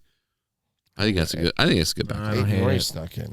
No, I don't. I think it's Aït-Nouri. It's just that I think Aït-Nouri is gonna. I mean, 2 weeks ago against Tottenham, Aït-Nouri had a 10. Yeah, the week before that against United, he had a 6. You better be benching him for the next 6 match weeks. 7 matches. I'm gonna start him. Dave, Newcastle, if at you, Newcastle. I'm going to at start him at Chelsea, Newcastle. Home Arsenal, home Villa. I at actually am Liverpool. not. He's last spot on my bench. You But choose still. the arbitrary number of the last 3 game weeks, Ryan Aitnori has 17 points. Yeah, That's don't- not bad. Yeah, That's but not bad.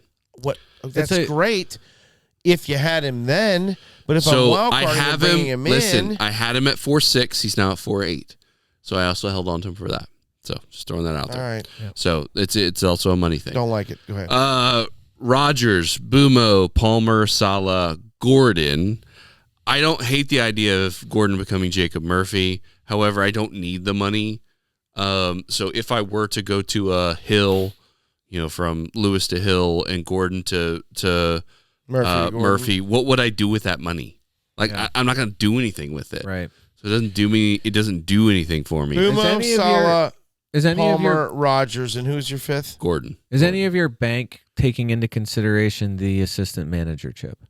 Which No. is what? Which is an I still don't excellent. fully That is understand that is that, I an don't think. that is an excellent point. Finish your forward line and then That is we'll an say it. excellent point, and I had not considered that, Brian. That Well, is here we go. very Okay. smart. That's why I'm here. Okay. All right. Let's go. My forward line is Isak, Wood, Cunha.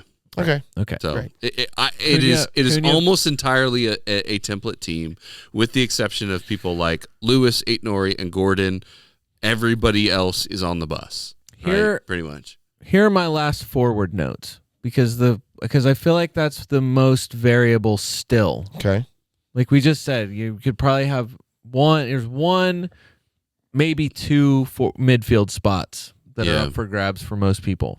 Their defenders are kind of all over the place. They're all 100%. I don't have template defenders. So that's what I mean. Like if you were picking your defense, you could go probably 20 different ways. I don't. Yes, and end up at the same place. Your If I forwards are wildcarded, it would be just to change my defense. at your the moment. forwards are Isak and 2 guys. You're saying that after you own Enzo. Right. I would change him. Right. But I'm saying like forwards, you have Isak and there are 2 guys and you can pick, it's kind of the same thing, but since there's only 3, Yeah. who those other 2 guys are. So like lots of whining about Erling Haaland. But Yeah. thanks to the brace that he got against West Ham, he's the number 1 scoring forward again. Yeah. So he's ahead of Isak. It is, but if you're doing points per pound, Right. I'm not it's saying just- it's like not he saying had, that- remember, But you should be. Remember what you said early days in this podcast. He has to greatly exceed Which is everyone exactly else. why I didn't go with him, truthfully. And I would just say it would be 3 straight returns for him if he doesn't get a penalty save against Everton. That's true. He went for 0. So Yeah. that's a minimum of a 6 or a 7. The final score of that game was 1-1. If he scores a one of the goals in that, he gets at least a bonus. Yeah, right. So I'm saying like he's still number 1. I know. He's number 1 in shots overall. Number 1 of all players ahead of Salah. He's number 1 in shots on target, shots in the box. He's number 1 for big chances. He has the highest penalty XG and the highest non-penalty XG. All players, including Mo Salah, he's ahead of everyone. So that's what, like, the most inexplicable underperformance of any player Is Erling Haaland. is Erling Haaland 100%. this season. I love that. Yeah. No, that's totally Stay fair. humble. Stay humble. And he has. Stay humble. Dropping it wasn't a flutter of butterfly wings. It wasn't a butterfly effect. It was like dropping, I don't know, like a blue whale in the ocean. The ripple effect of that, I don't know. Whatever's bigger than butterfly wings. A tsunami? Ollie Watkins, like, he had a moment 2 weeks ago. Like, he had real points.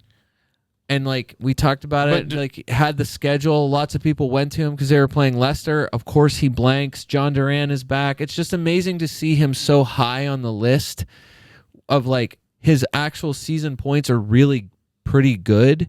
It's just he's 8.9. He's an impossible player to pick. And is not even a guarantee start now that Durant's Right. back. João Pedro, yellow triangled, had to have a scan on his injured ankle Ouch. or whatever. He says it's fine, but who knows, who knows what that means for whether he starts or whatever next game. If you have him, you hold him, I guess, but like whatever. Cunha not suspended anymore, but the schedule is bad. Like what you're up against with Cunha is he's the man, but It's true. they're at Newcastle. Newcastle is fourth best for XG against in St. James Park. Yep. So Never heard of it. Chelsea at home is Sports Direct, I think is seventh what they call it. best for XG. Right. So they've been good at home. Like they'll leak a goal, but whatever. They've been one of the top. They're a top 10 defense. And then Arsenal, they play Arsenal after Chelsea. Arsenal, And then Villa, then Liverpool. right? Arsenal is number the one. Wolves Sorry, bro. Arsenal number one overall for XG against. They're third best on the road. So in road games, so even though Wolves get them at home, Arsenal's still third best defense away. Road games. Aston Villa is bad. Defensively, they're terrible. 18.86 XG against in away games, which is sixth worst. And then they play Liverpool. They're fifth best for XG at home. It's just I don't mind the pick of Cunha. I just think the next if there was ever a time to back against him, it's this next 5 games. Yeah. So I'm not telling you to take him out of your team. He's But I should Cunha. take him out of my team. He's on penalties, and he's responsible for tons of their chance. He's the number 1 or number 2 chance creator for all forwards. Yep. And he's a top 5 producer for shots. Correct. So that's where Cunha, it's just it's one of those two. Something's got to give kind of thing. You do not put Wissa in. But I you didn't. believe in him. Yes, correct. Last 5 game weeks for Yohan Wissa, 14 shots, 6 on target, both tied for third for forwards. Sure, why not? 5 big chances in the last 5 game weeks for Yohan Wissa, tied for second. Only Isak has more than him. In the last 3 game weeks, Travis, let's shorten it. 13 shots, tied for first. 6 shots on target, tied for first. 10 shots in the box, tied for second. 5 big chances, tied for first. So you really want me to pick Wissa over Cunha? Or even over Wood? So, but then No. but then I'm saying you've got Manchester City and Liverpool in the next 2 games. Yeah. So that's the thing. I believe he is capable of scoring. He already scored once against Manchester City this season. I do not believe that those matchups are statistically safer than other matchups for similarly priced guys. Say it that way. 9.5% selected is fine. It's still less than 10%. I still think that qualifies. I would as rather differential. have. I don't know. I'd rather have Mateta against Leicester, right, than Wissa against City. And I think that's the thing. What is Brentford going to do in the next 2 games? It doesn't feel like a ton. Even if they can, and you're not as scared of Manchester City as you were maybe at last year. You were a couple weeks ago. Liverpool can. They've been leaky, whatever. It's still 2 not great matchups. Yeah. All things considered. But Wissa has crushed it definitely the last 3 weeks, and he's in the top. He's a top 3 forward in the last 5 weeks. So would you go Wissa or Wood is the question. Wood. It's got to be Wood, right? It's undeniably Wood. Raul Jimenez is the other guy. That's who I ended up putting back in. And I still think last 3 game weeks for Raul. He's first or tied for first in every major attacking category. And Fulham's schedule is actually really good. Yeah, it is good. 3 goals in the last 3 game weeks. 13 shots, 6 shots on target, 12 shots in the box, 4 big chances. That's the one where he's second. He's tied for second, only 4 big chances. So you're saying I'm I should saying pick Raul is I should your pick number Raul, 1. Wissa, and Wood as No. my 3 forwards. No. Isak would Someone. maybe Raul.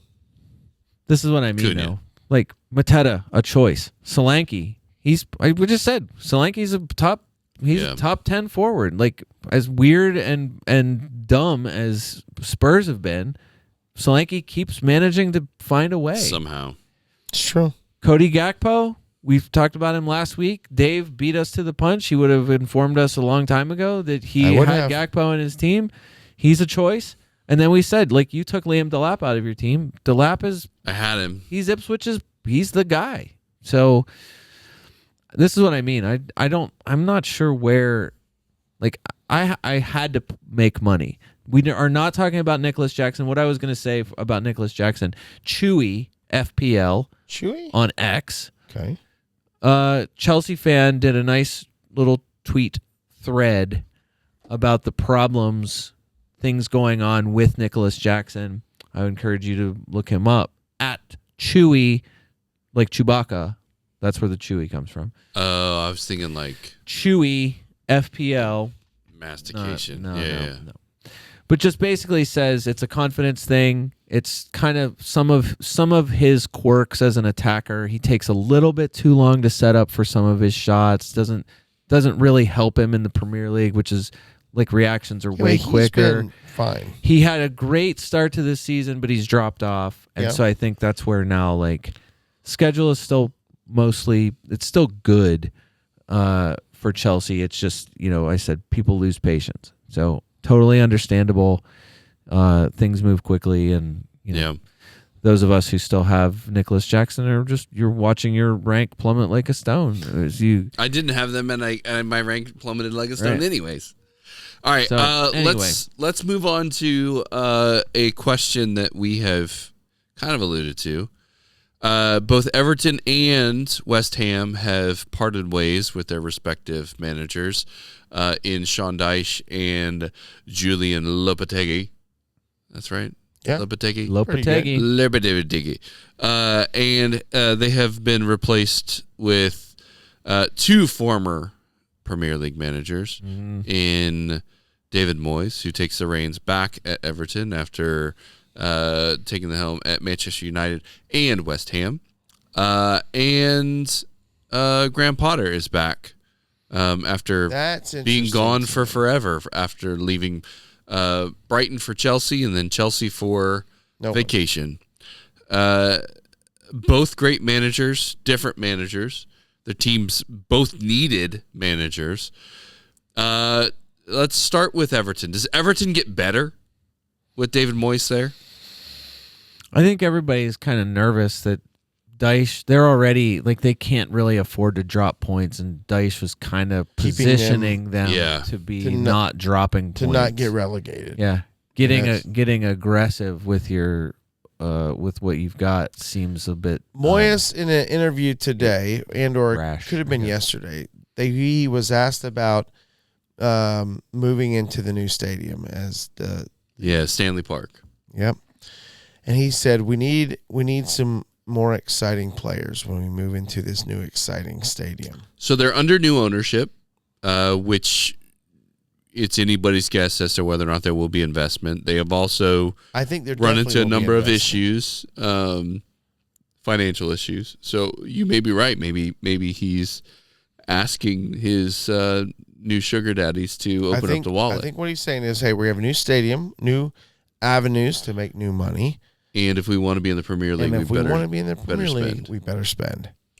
So, I mean, Everton's not Liverpool, and in general, as a city, is not really a destination. Everton is definitely not a destination with the way they've been playing. The one thing I will say about David Moyes is he understands the city, he understands the team, and he has a history of being able to ensure, at the very least, mid-table. Correct. For any team he's ever gone to. Now, at United and West Ham, that wasn't acceptable. Everton's aspirations will never be top four. Well, no. I think their aspirations will be there, but will they ever be able to achieve that? If they can be in the top 10. Not without significant changes, yeah. If they can be in the top 10, it'll be a successful season. So with that said, it's kind of like Michigan football. So Moyes has inherited a lot of the same players. They need to beat Liverpool one out of 2 times, and finish in the top 10. Which that match at the Merseyside Derby has been rescheduled, so he has a very good chance of doing that. That said, he's inherited a lot of the same players that he was able to get some success out of, most notably DCL. So is Dominic Calvert-Lewin going to be the guy that all of a sudden clicks into gear and then he says, "Oh, this is my manager. He's telling me where to go. I know what to do. Maybe. I know how he wants to play." In a similar way that with Sean Dyche, what's his face? I can see his what's his name? Midfielder. McNeil clicked into place with Sean Dyche and all of a sudden started scoring goals like crazy because he understood the system, knew what was going on. They had history with Burnley. Is DCL going to kick in? Good question. I've seen more people talking about Ndai. Who's actually looked really good. Very he looked good really over good the last few weeks. Who's starting and never stopping. I can't imagine buying another Everton asset. I already have Everton in my team, and I can't. Ashley Young, Mikolenko. I still have Mikolenko in my team. Why Mikolenko, not Ashley Young? Are they the 4-3. prices? Okay. Mikolenko was 4-2 when I got him. Okay, all right, that's fair. All right, so no, Ashley Young. I just think it was. I just think I was a non-believer in the results of Ashley Young, and then every time we talked about it, I was also like, what the heck? unbelievable. Yeah, that's another guy where I'm like, yeah. What? But no, they've dropped off. So I missed all of his points. So. Travis, is very possible. It's a great question. I don't. Maybe, but yeah, I think it's reasonable if all of a sudden in the next 2 or 3 match weeks that you get a result out of it. Calvert-Lewin, and he starts to look a different player. I think there's absolutely something for a certain manager coming in, talking to a certain player, and all of a sudden they start playing better. That happens all the time. But we need to see it. I need to see it. Okay, I think Everton is kind of a dumpster fire. Truthfully, at this stage, they've lost some big matches. They've come off of their crazy run of clean sheets, and they were definitely in trouble. They're not getting the points that they need. It'll be really interesting to see what Moyes does. It sounds like his first order of business is to rebuild. I will to say shore this. up the defense. I will say this, but rebuild. In my limited coaching experience, whether it's in soccer or girls basketball, football or basketball, guys basketball or girls basketball, I literally this past weekend was at a tournament and I'm watching a team with pretty good talent, and the way they are coached, they are absolutely underachieving. Yeah. And I'm looking at it and I'm thinking, with that personnel, they are playing the absolute wrong style. And I could Everton's not doing that, are they? Hold on. And I could absolutely get more out of that team than who's coaching them right now. And that is a fact. And I'm not saying that I'm this super basketball person. I'm just saying you wouldn't know by listening to this podcast. You wouldn't. I know enough, and with the personnel that they have, I would do things way different, and the results would be so much better. So I just know from some people might look at this and go, "What's a manager going to do? He can't change players." I'm just telling you from a different sport. And I have coached in soccer/football. Like, you can look at players, you can see certain things, you can put them in different positions, and you can tell them, we are playing now this style, put them in better positions to make plays that better suit them, that other people are looking at, and you're like, how do they not see that? And they just don't believe in that certain style. Different perspective. And I could take it. I'm telling you, this one team I saw this weekend, I could take this team and make them way better than they are currently. And so I don't know. Did you leave your business card with them? No, it's too close to home. But thankfully, no one listens to this podcast that I know in the basketball world. It seems like it's not great that they are in 16th. And that's a great point. And they've only scored 15 goals. Yeah, it's really bad. Only Southampton have fewer goals than them. And keep in mind, they do have a game in hand. It doesn't help them that it's against Liverpool, but they do have a game in hand. Yep, that might be worth 1 point. It honestly could be worth more. It's just like what they can get out of them. Everton has proven to be an emotional team, right? Like they can ride that emotion and get Liverpool, a lot. Sure. Always. 25 goals against, 6th best in the Premier League. Okay. And they just can't score. And you've just thrown away the coach that was, I don't know. That was producing that. I'm sure. Yeah. I'm sure it'll work out for them. I'm sure they'll figure it out. And if not, they'll be relegated, and that's not bad either. No. Let's be on record here. I don't know many Premier League stats, but I know this one. The only Premier League team to never get relegated is Everton Football Club. Look it up. Never been relegated. I did look it up, and I did not find a clean look at that. I was actually quoting that to my son recently. He asked that exact question. Has anybody never been relegated? I was like, I'm pretty sure Everton's the only one. The problem is that nobody actually keeps the record that way. That's what everyone says, so it's got to be true, Travis. It's weird. Let's go to West Ham. 216 shots for Everton this season. Seems where does that rank low. overall? They're not 5th a great worst thing. Okay. Yeah. You know who's below them though? That's weird. Brentford. 211 for Brentford. That is weird. And then the gap between Everton, they're at 216, Wolves at 215, Brentford 211, Ipswich, Southampton, Leicester at the bottom. The gap, the next team up is Aston Villa, 254. So there's a 40-shot gap. That is wild. From Wolves and Everton to that next. That's a lot. Let's say that Everton is worthless. To say, I don't know what you're thinking. Nothing. You're thinking nothing. You just hope that Moyes that he gets them back into European contention the way he did with West Ham. So. Let's talk about West Ham. Obviously, Graham Potter, and he mentioned this in his press conference, he's sorry to disappoint everyone by finally taking a job he was actually linked with, because he's been linked with everything that was out there. That's a good way to come in. Interesting. He didn't say it like that, but it was more fun for me to say it like that. But he is a very interesting manager to me, specifically because I think that I attributed Brighton's success with his managerial prowess. Okay. And we've seen other people multiple two other managers have come in and done equally as good or better as he did. And when he went to Chelsea, he didn't do awesome. Now, Pochettino, who is a great manager, I think, also didn't do well, so I don't think that's necessarily a strike against him. But the fact that Brighton hasn't really skipped a beat since he left, it's true. What does that mean for West Ham? Is he as good as I thought he was? Travis, see, you are contributing to this podcast. That's a really good point. I don't know. Wow, Travis. Look at you. I don't know where that came from. Something. It was probably the second really words that I opened. It just kind of it all starts coming out. Wow, that's a great question. Let's ask Bryant. No, I'm just kidding. You're making me now doubt my original thought with one statement. I still think he's probably a pretty good manager. I don't think he's a bad manager.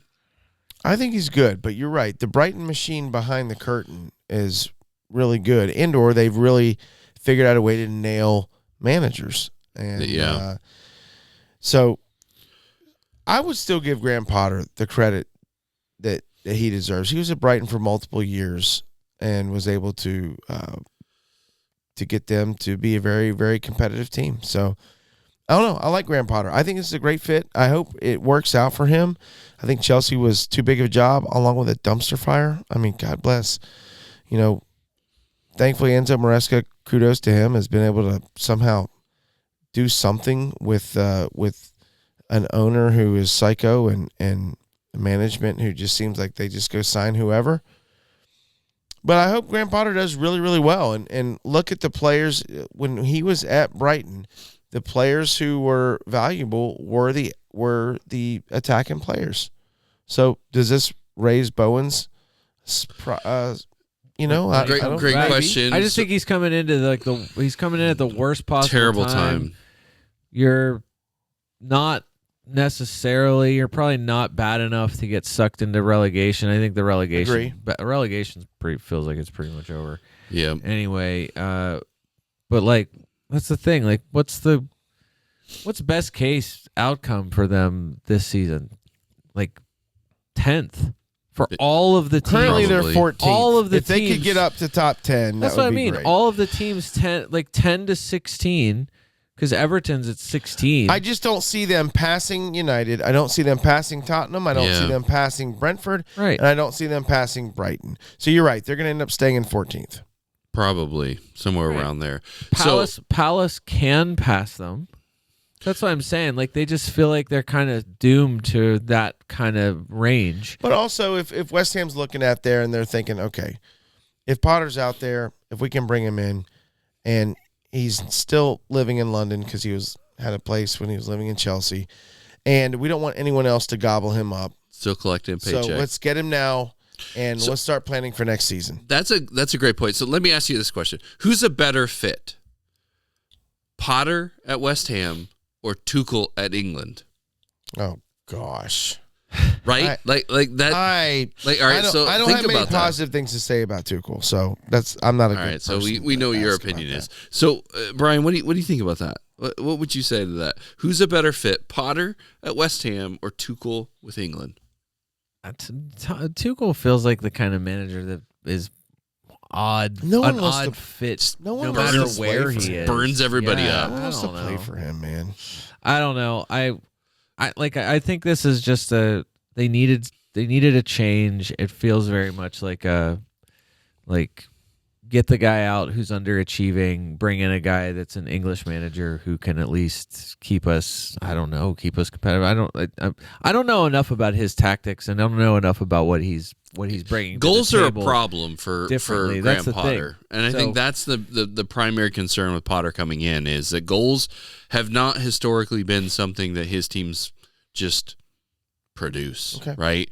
So they have all underperformed in a goal scored category where West Ham is kind of struggling a little bit.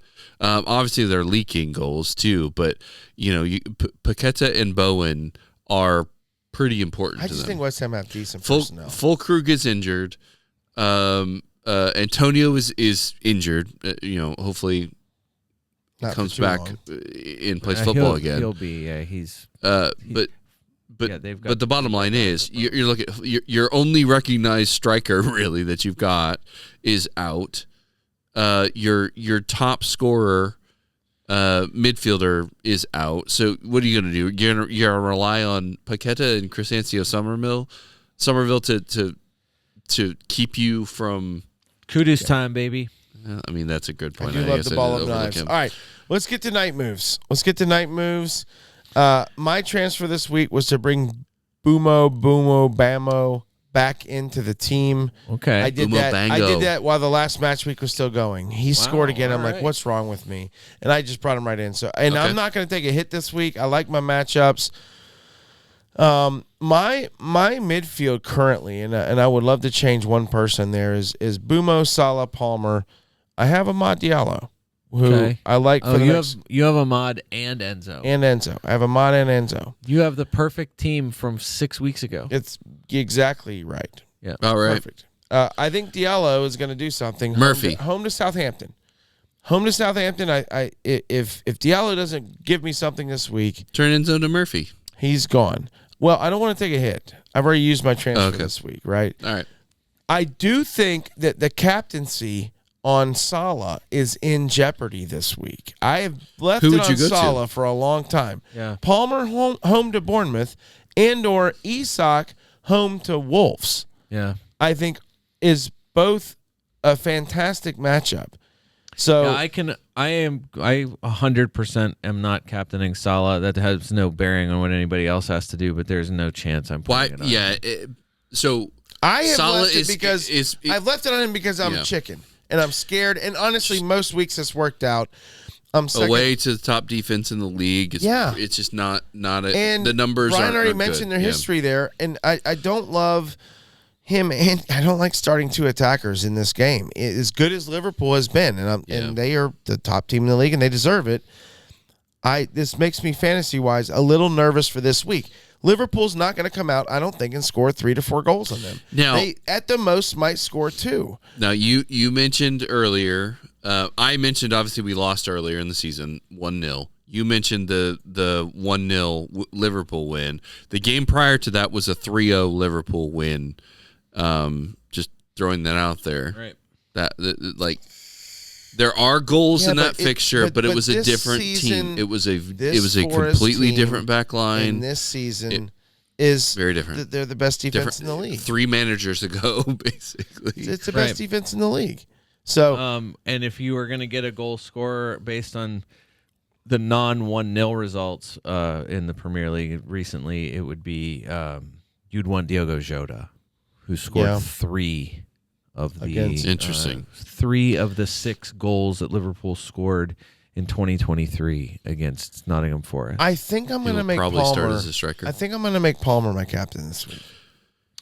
Interesting. I don't hate that either. I understand why you would go to Palmer as a captain. I think Isak is going to probably, of the people who are paying the most internet attention, I think Isak will be the number one I agree with pundit choice.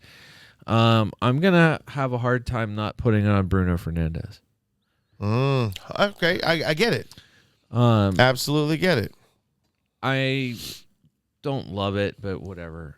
At this point, I don't know. He had a great game week. By the way, Isak is my vice, and by game time tomorrow, I might end up switching that around. I guess it depends on what happens to Isak is just so hot at the moment. So hot right now. Southampton also would have replaced a manager since the last time we talked about this. They got absolutely thrashed, and you have a manager that just kind of quits or whatever. And Isak's last 7 I'm just saying, the Southampton, weeks. It depends on what kind of Southampton comes in. But Isak, home against Isak's Wolves last is as 7 good as match it's gonna. weeks. That's as good as it's going to 11, 8, 11, 17, 8, 7, 7.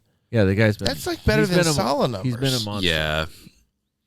That's crazy in the last 7 match weeks. Honestly, Isak is a captain at the moment that should be set it and forget it right now. Except for he's got a yellow triangle. Everybody's scared of it. Yeah. I don't think there's anything to worry about.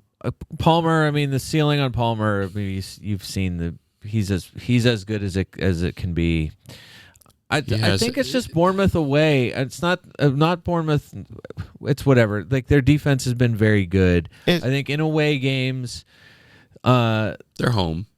Chelsea's home. It's home. Right, that's what I'm saying. Bournemouth in away. Bournemouth in away games. Defense. Okay. Oh just that they're. I just think they're packing it in, and they're succeeding. They are middling. Okay. In away games, but overall defensively, Bournemouth has been tough. Yeah, Bournemouth has won extremely tough. They're not a games. defense you want to target necessarily. Right. They are not a pushover defense. They're not necessarily a top they're not scary in any way. But whereas Wolves is leaky. Right. Wolves is where they're easily one of the worst. Travis, give us some info on who your captain is. Morgan Rogers against Everton. Stop. No, you're not. I thought about it. Why not? It's Isak. Okay. Brian, you're going Bruno. Yeah. Did you make a transfer this week? It's Isak, and you know it's Isak. The C is I changed mine to Isak. The C is currently on Isak. Okay. The V is on Bruno, and the V's always on Bruno. I think the tougher thing, honestly, for me, it's if you have the players of the last, especially in the last few weeks, depending on how you've set up your team, I'm not really sure who to play. I have at least 2 players that could come in to start. It's not good enough to bench boost, but right now I'm playing a 4-4-2. Okay. So I'm benching Ismaila Sarr at Leicester, which is who's your third forward? I have Nicholas Jackson as my second bench. Oh. So I'm starting Palmer, Nick Jackson benched, but I'm a lot of money on Anthony the bench. Robinson at West Ham, Like you like that? So Fulham at West Ham, that's a fine matchup. Sure. It could Without Bowen, it could be Sarr at Leicester. That's what I mean. I'm like, I probably should hedge toward the real attacker, but Anthony Robinson's been awesome this year. Trent at Nottingham Forest. It's probably a 2, but whatever. I'll take Trent. Munoz at Leicester. So I'm already starting a Crystal Palace player at Leicester. And then Lewis Hall, home against Wolves. Yeah. So like with a midfield of Salah, Bruno Fernandes, Morgan Rogers, and Cole Palmer. So, and I did make a move. Like I said, it was to sell Jesus to get Raul Jimenez. So Raul's currently starting. I didn't mention. I like that. Muniz had a back issue. So Muniz, was the guy who, we talked about it. I didn't like that he was rotating with Raul. Yeah. And, that's why I sold him in the first place. But whatever. So I guess Muniz couldn't start. I don't know if he played any minutes in the last game, but whatever. He did. He came on late. Either way, Raul's been so good. I'm not worried about him not starting, but yeah, Raul's in there now. So really, it's just a question of like, do I want to start double? It's kind of the Liverpool thing with Nottingham Forest with Chelsea though. Like Nicholas Jackson has been poor, so I wasn't planning to sell him. Not really enthused about starting him. Okay, and so that's the thing. Like the matchups are, but the matchup is still fine. A home game for Chelsea. The Chelsea attack has been on the season very good, just bad in the last few weeks. Yeah, really, it's like, do I play a 5th midfielder or do I go with the 4th defender? And I would think, like I'm starting Fabianski. I'll just throw him in there. Who's your second? You said okay. Wait, why? That's weird. I don't know. Fabianski might not even play. It's great. The West Ham nipple has been pretty good. I know. No, I'll get. That's another thing that can change. I didn't love Sells playing a home game against Liverpool, but whatever. Either way, I just think there's a lot of like, if you went to Eze, Mateta, if you went to the Crystal Palace players, depending on who your defense is, I feel like you might have 2 viable. Like your bench, this is a highly a lot of chance for disappointment on the bench. Is what I'm saying. All right. Well, you've said it. We've logged it. Yeah. Hopefully, we'll produce it before anybody. It's going to happen. I believe in it. Gets All right, stuck. Gentlemen, awesome work. Great job, Brian, with the stats. Travis, your questions were absolutely on fire today. Brian, you have one more question. Wow. One more thing. Brian, one more thing. We already said Gabriel Jesus, you think is out the rest of the season. He might be out the rest of the season. Wow. Does it do anything for Havertz? No, I mean, he's been playing pretty much at this. Jesus has been playing in Saka's position. Why did Martinelli only play 45 minutes for you last week? I don't know, and it doesn't matter. He's been. You're down. You're down on your guys. I mean, they haven't been producing.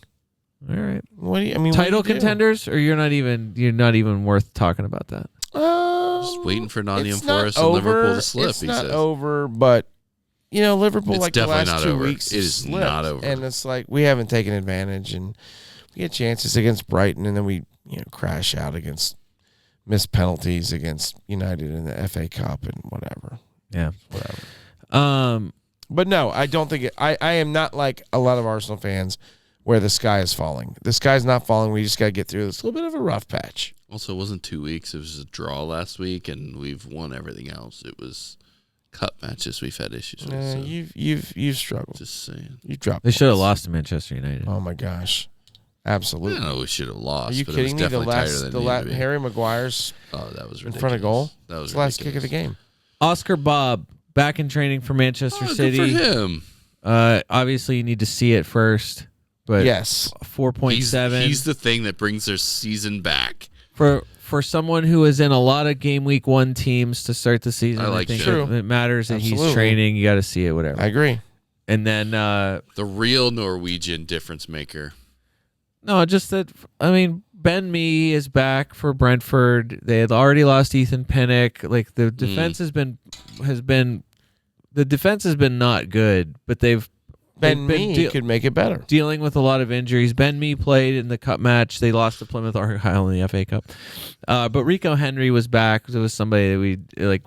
You know who's got Plymouth Argyle next match? Ode to Andrew the ref. Like we do, don't we? Liverpool does. Yeah. Absolutely. Just that Thomas Frank talked about how happy he was to get Rico Henry back. Rico, I don't know if this is dude. He was great 2 years ago, Yeah. right? 2022-23 season. Wow. Thomas Was a Frank bomber said year. he's been one of our best players in the 4 years in the Premier League. That's he played fair. 63 That's minutes absolutely against fair. Plymouth Argyle. Just as a reminder, Rico Henry in 2022-23, he scored 104 points as a sub 4-5 That's insane. defender. So Insane. not somebody that like it's not like he was he was like a top 12-ish Yeah. defender for a guy who has finished the season at like 4.2 or 4.3. That's great. And that's what his price is. He's 4.3 right now. Same thing. You're not putting him in your team right now. Thomas Frank's saying he's not really I'm not saying that he's ready to start or not. He's not ready for like a 90-minute Premier League match. Durability was always an issue with him. Whatever. Anyways. Yeah. It's an important player for them, somebody that might have been in a lot more teams and somebody you might have been talking about more who's actually playing minutes now. Just wanted to make sure that we got that in there. Solid Thank you. work. So important. Awesome. Alex Said Moreno, a bunch of, I Rico was Henry. just getting ready to list them all. This is great. I Harvey got this- Barnes. Eze, You said them all. Harvey Yep. Barnes. I got that's my Only quarter guy pounder. you're missing is Gylfi Sigurdsson. If only we could get Gylfi back in the league. All right. That's it. That's a wrap for the FPL America podcast. This is David Smith. Until next time.